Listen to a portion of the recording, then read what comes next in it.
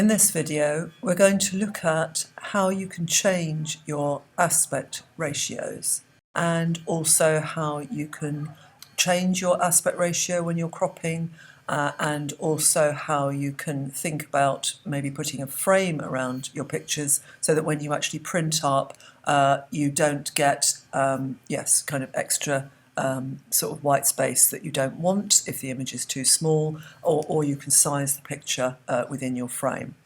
Okay, so what we're looking at here, this image of the guy in the red jacket, this is kind of like a standard size, standard aspect ratio, but what we can do, if we go to the crop tool, so over here is the crop tool, if we actually select this, you'll see that there are the highlighted arrows around, and of course we can move it and we can resize it, and it will normally keep the proportions of our image.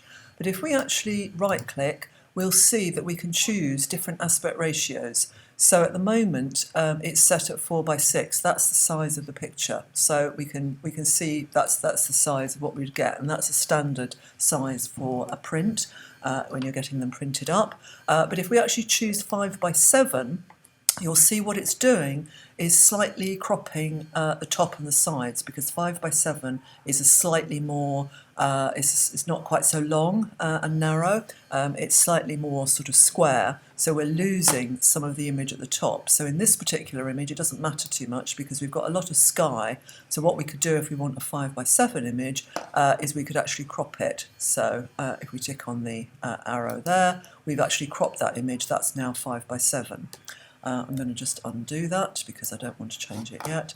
But if you've got an image, for example, if you've done a crop on your image, I'm just going to actually clear the ratio, so I'm not going to use a ratio. You can then, if you wanted to create, I don't know, a very long, narrow image, something that was quite an unusual ratio. So there we go. Let's go with that and click on that. If you've got an image for whatever reason that is a strange aspect ratio, when you come to print that up, probably what will happen is they will just look at the central image, which will probably be the two faces, and they will just print up the central part of the image here. They won't print the edges. So what you can do is, if you actually go to image and canvas size, you can actually increase your canvas size, and sometimes the easiest way to do that is to change it to percentages, because it's easier to understand 100% by 100%, and then you can change the width, so you could have maybe let's actually go for 200%, so we're going to make it twice as wide, and we're going to also increase the height, so the height, let's just go back to percentages.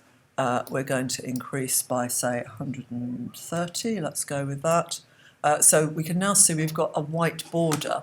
And then if we go back and check with our crop tool again and check on our aspect ratio, we can pick a particular ratio. So we can actually pick, say, 6:4, and we can actually see that is now what we have created is around about 6:4. So that was just very lucky judgment. Or have I got? No, it's not quite. You can see, yes. Let's just make that a bit smaller. You can see there's a little bit of grey top and bottom. So that's centred up. So if I actually click on my arrow there, if I actually save this as my original image, and I want to save it as my original image, I want to save a copy. So if I do a save as, and save it as a JPEG copy, to save on my computer, I'll just save it in downloads. Red jacket plus border, I'm going to call it that, so that when I know that's what I want. So when I actually go to print that out, that can be printed on normal photographic paper, and although it will be quite small in the frame, it won't cut out any of my picture.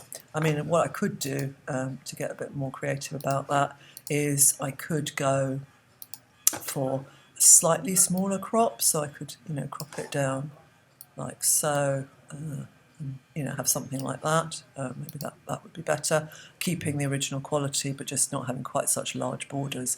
But that won't actually crop my image then when I actually print it out.